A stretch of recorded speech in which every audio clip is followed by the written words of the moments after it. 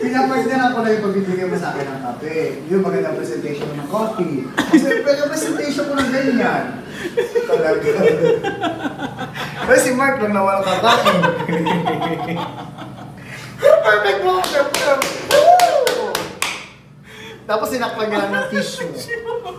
Grabe naman, Dahil nilapatan ko yung presentation mo ng coffee. Ganyan kagwapo si Makoy.